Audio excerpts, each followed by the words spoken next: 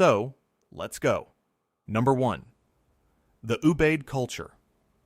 In the wet black soil of southern Iraq, an archaeologist's trowel scrapes past a shoulder of clay and a face looks back.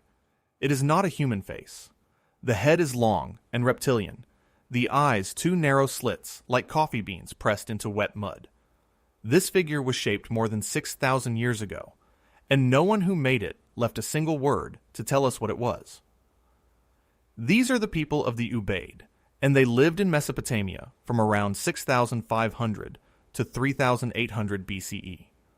The type site Tel al-Ubaid sits near the ruins of Ur, and it was dug in the 1920s by Henry Hall and Leonard Woolley. The Ubaid came before Sumer. The famous Sumerian cities, the ones we call the dawn of civilization, were built directly on top of Ubaid foundations. Sumer had a mother culture, and almost no one remembers her name. The lizard figures are the reason many people first hear of the Ubaid. Some are female, holding infants to reptilian breasts. Some are male, gripping staffs. Their skulls are elongated, possibly a memory of deliberate head shaping, a practice known in the region. Archaeologists read them as stylized ritual objects, a local way of showing the sacred body. Others see them as markers of an emerging religious order tied to the first temples. And a fringe tradition, the ancient astronaut writers, insists they record reptilian visitors from the stars. That last idea is rejected by every serious scholar, but the figures are strange enough that people keep asking. What the Ubaid built was real, and it lasted. At Eridu, a city the Sumerians remembered as the first city in the world, excavators found roughly 18 temples stacked one on top of another, each rebuilt on the ruins of the last, on the same sacred spot for centuries. Their pottery was pale green and buff, finished on a slow wheel, made in quantity. Their style spread from the Persian Gulf up into Anatolia, a vast shared world archaeologists call the Ubaid Horizon. In their cemeteries, some graves held more than others, the earliest whisper of social rank. At the Eridu cemetery alone, excavators counted close to 1,000 graves, a database of diet, health, and status thousands of years old. They painted boats and shaped clay boat models, hinting at some of the earliest sailing anywhere on the Gulf. And when the Ubaid gave way to the Uruk period around 4000 BCE, that transition led directly into the first true cities and the first writing. The learning curve of civilization ran straight through these people, and they never got to sign their work. Here is the weight of it. Everything we point to when we say the beginning of cities, the beginning of temples, the beginning of the written world, all of it was raised on the shoulders of a people who left no writing at all. We cannot read their names. We cannot explain their strangest objects. The civilization that invented the record forgot to record the ones who came just before. And if a culture this foundational could slip out of memory, we should wonder how many others did too. Number 2. The Zapotec of Monte Albán. At dawn, on a mountain that was flattened by human hands, a wall of the dead catches the light. Row after row of carved stone figures lie contorted. Eyes closed, mouths open, some with blood shown as curling scrolls, some with their genitals cut away. Early scholars called them the danzantes, the dancers, because the poses looked like movement. They are not dancing. They are slain captives, and they are the founding monument of a civilization. The Zapotec built Monte Albán around 500 BCE on a leveled ridge above the valley of Oaxaca in Mexico. At its height, it held more than 17,000 people. The earliest thing they chose to carve, on more than 300 stone slabs, was their mutilated enemies. Alfonso Caso began the great excavations here in 1931, and a year later he opened Tomb 7, filled with a later hoard of gold, jade, and turquoise, one of the richest finds ever made in the Americas. The danzantes are not only violence. They carry some of the earliest writing in Mesoamerica, and the 260-day sacred calendar with name glyphs marking who the captives were. On a separate arrow-shaped building called Building J, The Zapotec carved the towns they had conquered, each shown as an upside-down head. This was a state that ruled by making its power impossible to ignore. Why display the dead like this? The mainstream reading, argued by Joyce Marcus and Kent Flannery, is that the monument was propaganda. A new state, rising as the older center of San Jose Mogote was abandoned, carved its violence into stone to frighten rivals and justify itself. A second, historical reading treats the slabs as a public record of specific victories. A third, older and now rejected, once claimed the figures were sick patients or even swimmers. The mutilation and the name glyphs make that impossible. The Zapotec called themselves the Cloud People, and their mountain may have been Danabayan, the sacred mountain. They worshipped Cochillo, the lightning and rain god, and covered their art in jaguars and snarling were-jaguars. They built a ball court, and in Mesoamerica, the ball game carried its own dark associations with sacrifice. They flattened a whole mountaintop without metal tools, without the wheel, and without a single draft animal. And yet, next to the Aztec and the Maya, they are barely a footnote in popular memory, even though they built one of the first true cities anywhere in the Americas. The lesson carved here is uncomfortable. The very first thing the civilization made permanent was a gallery of corpses. Long before empires we all know by name, a people on a Mexican mountain had already learned that fear is a foundation you can build a state on. Their descendants still live in Oaxaca. The Wall of the Dead still stands, and most of the world has never heard of them. Number 3. The Nuragic civilization of Sardinia. Sunlight falls through the dark stone throat of a tower that has stood, without mortar, for more than 3,000 years. Around it, scattered across a single Mediterranean island, are nearly 7,000 more. The people who raised them left no readable writing, and so we do not even know what they called themselves. We call them the Nuragic civilization, after the nuraghe, the truncated stone cone that defines them.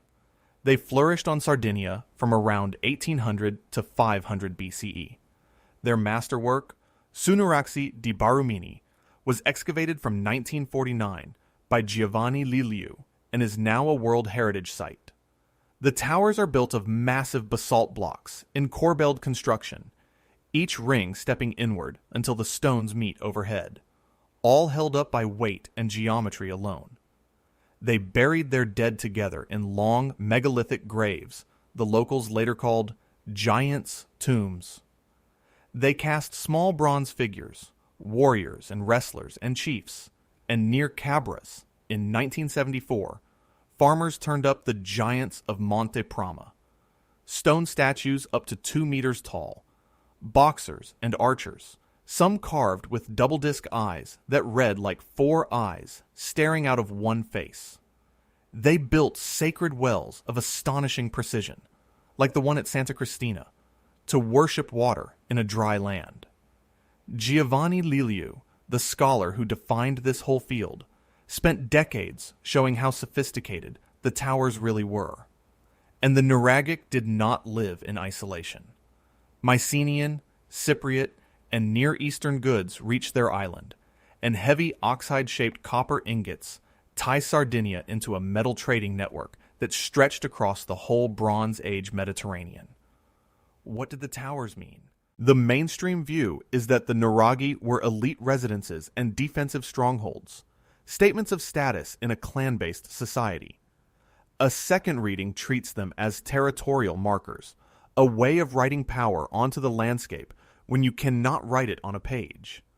A third, fringe idea, ties Sardinia to Atlantis. Scholars dismiss that, while admitting the real culture was genuinely, strangely advanced.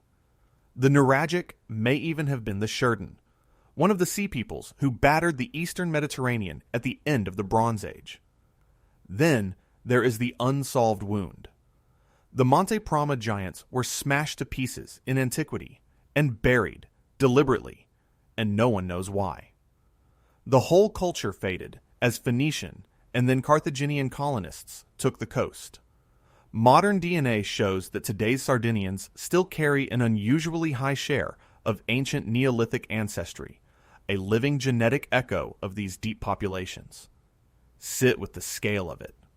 A people covered an island with 7,000 towers and carved giants out of stone, and then went so completely silent that their name, their language, and the reason they shattered their own statues are all lost.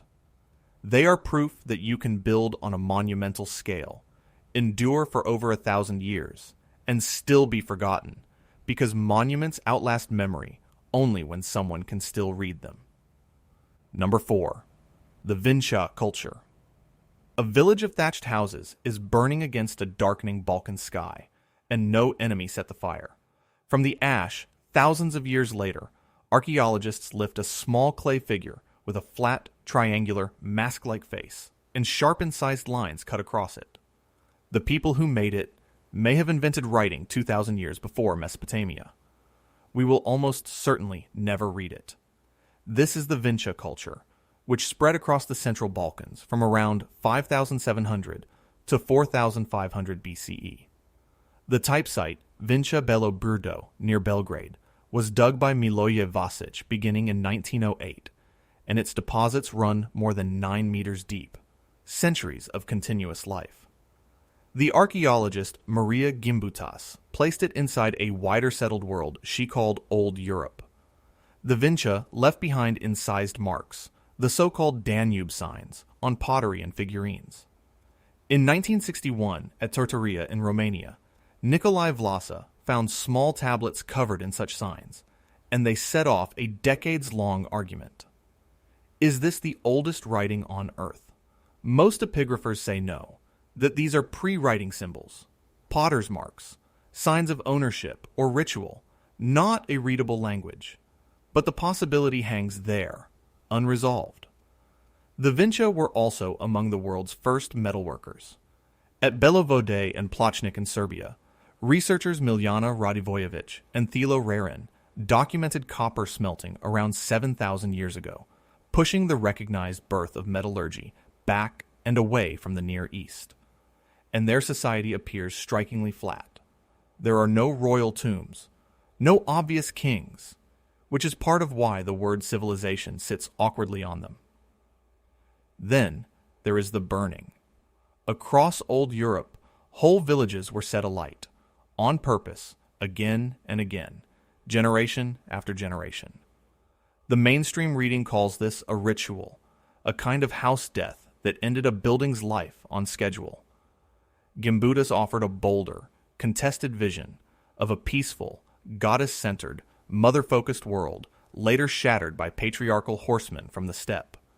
Critics say she read too much into the figurines.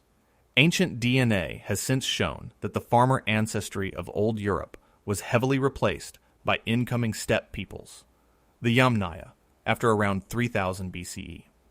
Here is what should unsettle you. Somewhere in this valley, people may have made the first marks that carried meaning across time, the very tool that lets us remember anything at all. And that possible first writing is a wall we cannot climb.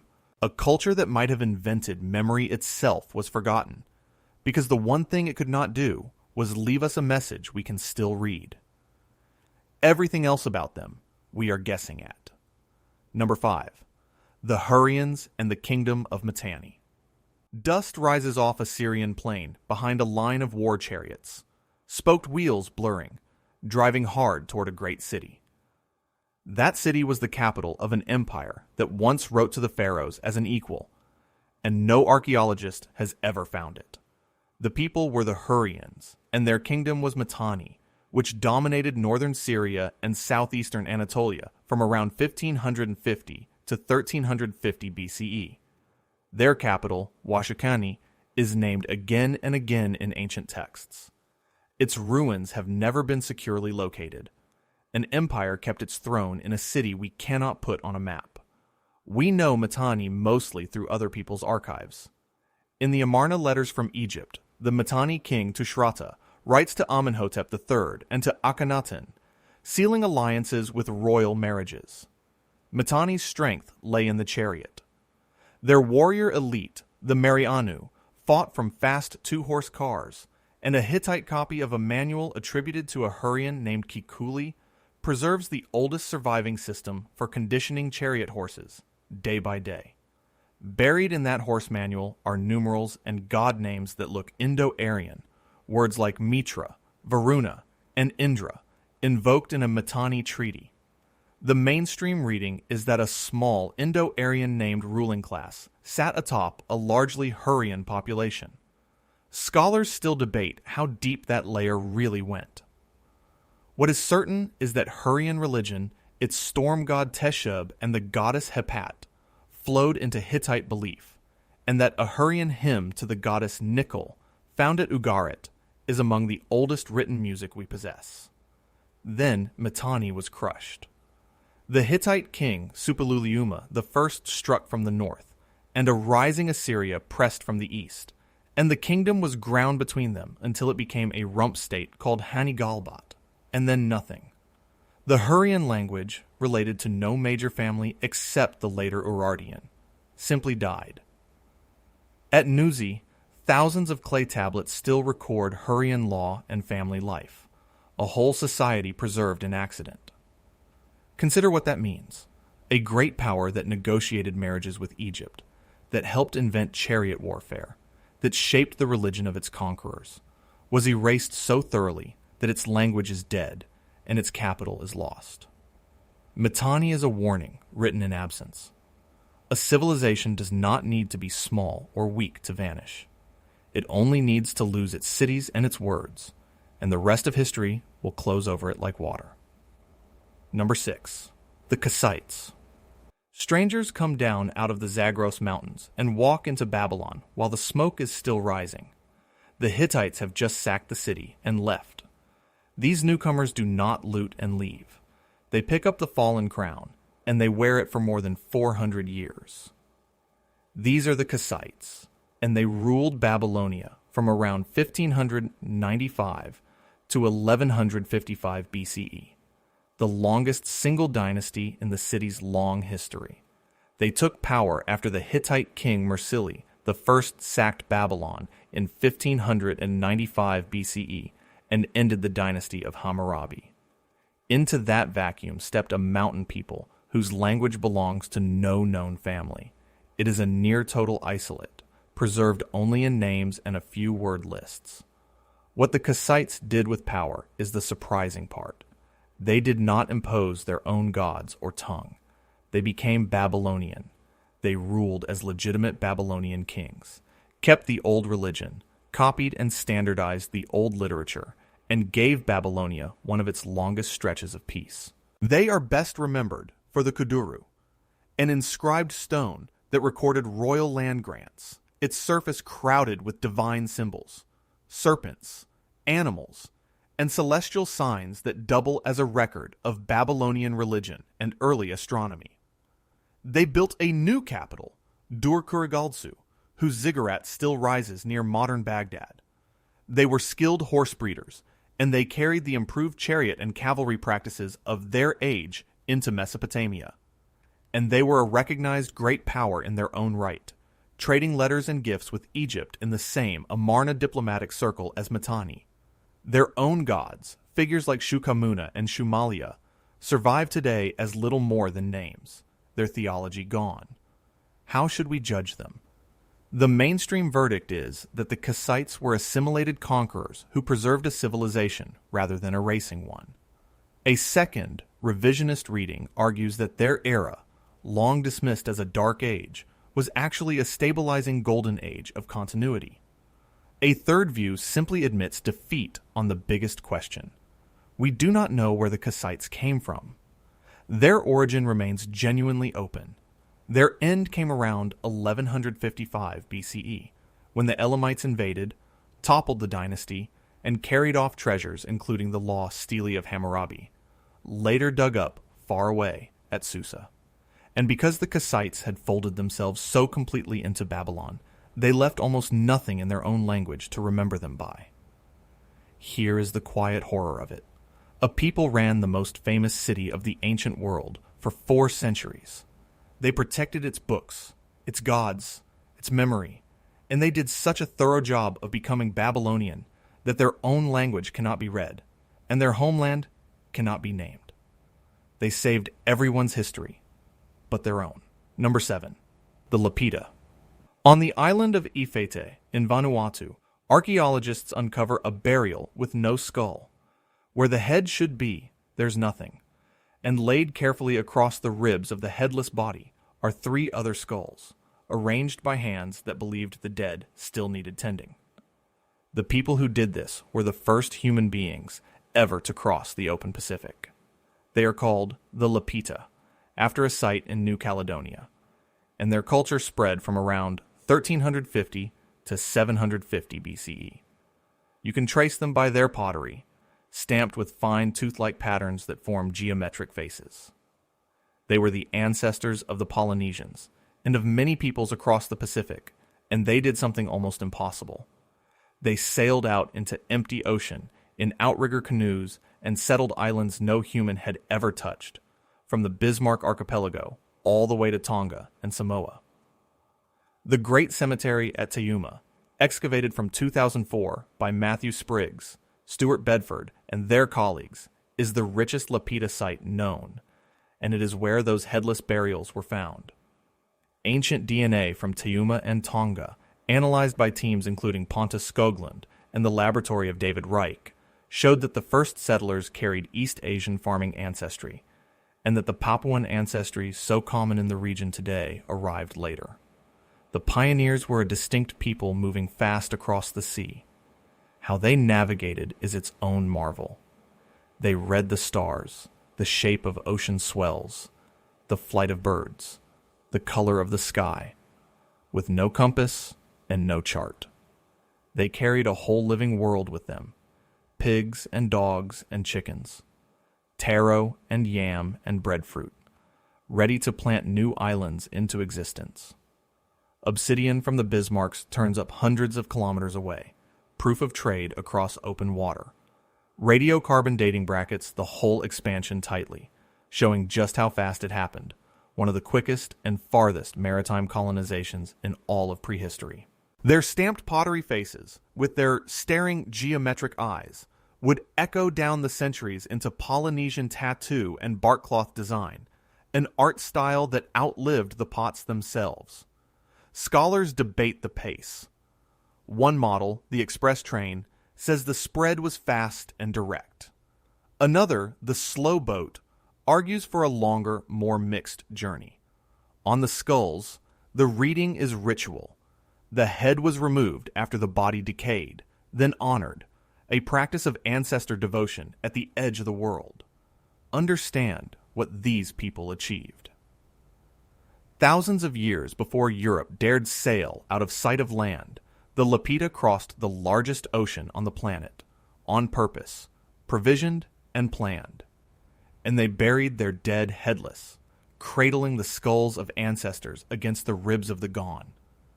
The entire Polynesian world begins with them, and hardly anyone alive today could tell you their name. Number 8. The Tiwanaku.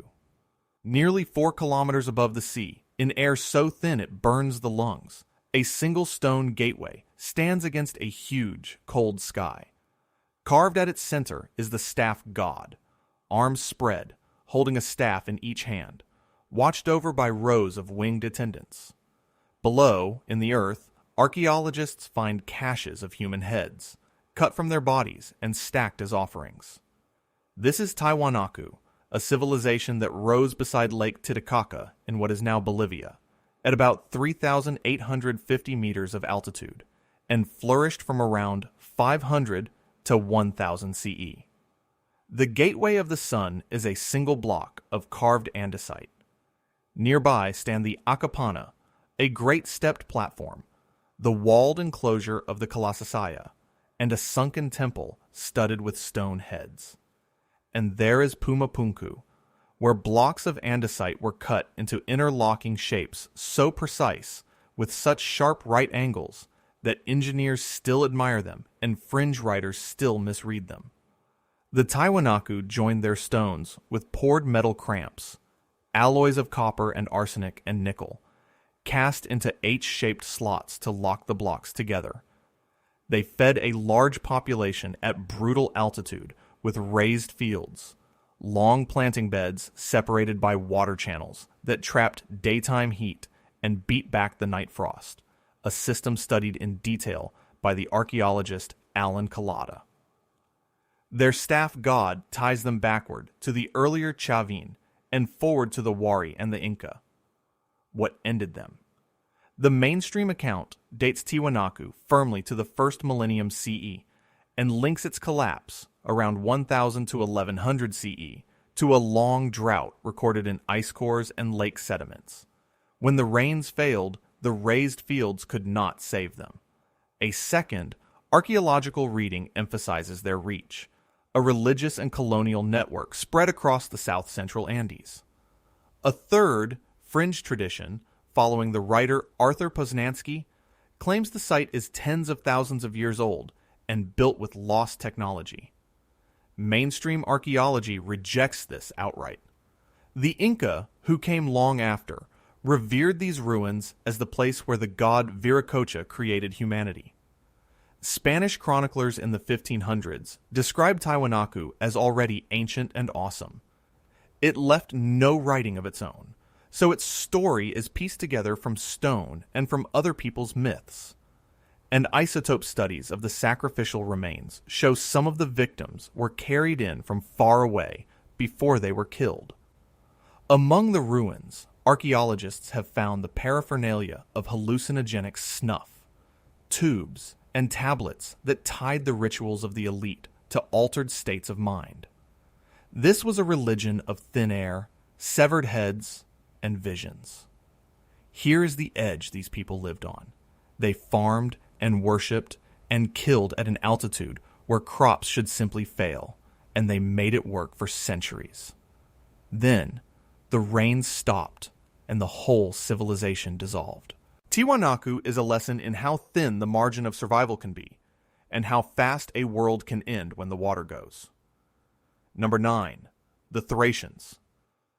In a sealed tomb beneath a Bulgarian mound, a torch finds gold, a golden mask, drinking horns of solid gold shaped like animal heads, wreaths and cups heaped in the dark for a king who has lain here for over 2,000 years.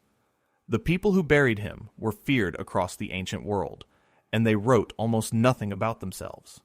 They were the Thracians, a cluster of tribes across the Eastern Balkans, in what is now Bulgaria, northern Greece, and European Turkey, from at least the 2nd millennium BCE into Roman times. Homer names them among the allies of Troy. The Greeks saw them as fierce, warlike, and dangerous, wild men on the northern frontier. Their language is largely lost, surviving only in names and scattered words. Their gold is staggering. The Panagurishte treasure, found in 1949, is a set of solid gold rhytons and a great dish holding more than 6 kilograms of gold. In the Valley of the Thracian Kings, near Kazanlak, richly painted tombs hold more gold still, and the Kazanlak tomb is a World Heritage Site. The Bulgarian archaeologist Gorgi Kitov spent his career opening these mounds and pulling Thracian gold back into the light. The Thracians were more than treasure. Herodotus reports that among some tribes, tattooing the skin was a mark of noble birth, and he describes their customs with a mix of fascination and unease. Some rites involved human sacrifice and ecstatic worship. The myth of Orpheus, the musician whose song could open the doors of death, was set among them, and the wild god Dionysus had deep Thracian roots.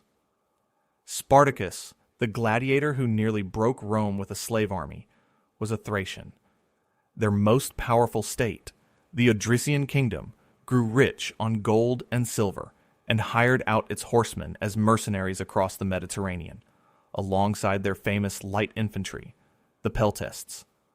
Across their lands, one image repeats again and again: the Thracian rider, a mounted hero god carved on countless votive stones, a people's faith frozen in the act of riding. Why then are they forgotten? The mainstream answer is simple and harsh. They left no literature of their own, and they were absorbed, first by the Macedon of Philip II, then annexed outright by Rome. A second reading treats Thrace as a mythic frontier in the Greek mind, the imagined home of everything wild and ecstatic. A third, speculative thread traces links between Thracian cult and the later mystery religions, still debated. Let the gold make the point. Here was a people wealthy enough to bury kilograms of it with their dead, powerful enough to give Rome one of its worst nightmares. And because they never wrote their own history, they survive as glittering objects in other nations' museums, and as a name most people have never spoken. Wealth without writing still ends in silence. Number 10. The Picts. On a cold moor in the north of Scotland, a warrior stands with his skin painted blue, beside a tall stone. The stone is carved with a crescent, a double disc, a strange, long-snouted beast, signs arranged with obvious care and meaning. No living person can read them. This is a people who stopped the Roman army and then vanished into legend. They are the Picts, who lived in northern and eastern Scotland from roughly the 3rd century into the 9th or 10th century CE. The name Picti, the painted ones, first appears in a Roman speech of 297 CE, describing raiders beyond the frontier.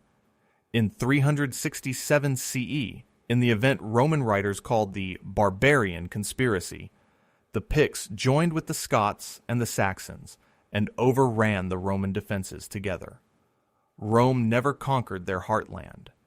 Hadrian's Wall and the abandoned Antonine Wall further north mark the edge of what the empire could hold.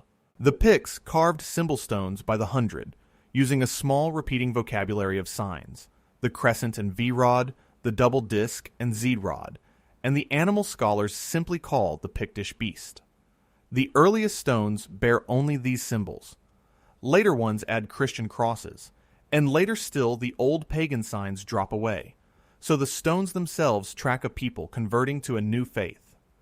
A few carry Ogham inscriptions in a language that looks, in places, unlike anything Indo-European, which only deepens the puzzle. We know them mostly through outsiders, hostile Roman writers, the monk Bede, brief Irish annals, and later king lists. They left almost no writing of their own beyond the symbols. Yet the archaeology shows real power. The sea fortress at Burghead, silver hoards like the one at Norrie's Law and the treasure of St. Ninian's Isle, and a dominant northern kingdom called Fortriu, which crushed a Northumbrian army at the Battle of Dunnechtane in 685 CE.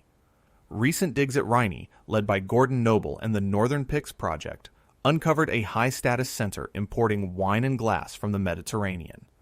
So, how did they disappear? The mainstream answer is that they were not destroyed, but absorbed. In the 9th century, under the hammer of Viking raids, Pictland merged with the Gaelic kingdom of Dalriata to form Alba, the seed of Scotland. Their language died, and Gaelic replaced it. A second reading notes that later legends of the Picts being massacred or magically wiped out are really a memory of this cultural vanishing. An older fringe idea that they were some mysterious non-native race has been overturned by DNA showing they descended from Britain's own Iron Age people. Hold both halves of this at once. A people beat back the greatest empire of their age and carved their identity into stone in a code we still cannot crack. Then they melted so quietly into the nation that became Scotland that medieval writers assumed something terrible must have happened to them. The Picts are a riddle in stone, standing on the moors, waiting for a reader who has not yet come. Line up all 10, and a single thread runs through every one of them. None left much writing we can read. The Ubaid made no records. The Nuragic left no script. Mitanni and the Kassites spoke languages that died as isolates. The Vinča and the Picts carved signs we cannot decode. The Thracians and the Zapotec wrote little or nothing of their own stories. Memory follows writing, and where the writing is missing, the memory drains away. There is a second pattern, just as consistent. Each of these was overshadowed by a louder neighbor who did write. Sumer eclipsed the Ubaid it was built on. The Aztec and the Maya buried the Zapotec in later fame. Assyria and the Hittites overwrote Mitanni. The Inca absorbed the memory of Tiwanaku. Greece and Rome talked over the Thracians and the Picts until only the enemy's version survived. When you cannot tell your own story, the story that lasts is the one told by whoever conquered or outlived you. This builds a bias straight into history itself. We treat the civilizations that wrote a great deal as the ones that mattered, and quietly forget that the ability to write is not the same as the ability to build, to sail, to farm at impossible altitudes, or to defy an empire. The only reason we still have these 10 at all is that they left something harder than paper. Towers, tombs, gold, carved stone. Monuments outlast words, but they cannot speak, and so these peoples reach us as images without captions. So the questions stay open, and they are large ones. We do not know where Washukanni, the lost Mitanni capital, lies buried. We do not know where the Kassites came from. We cannot read the Vinča symbols or the Pictish stones.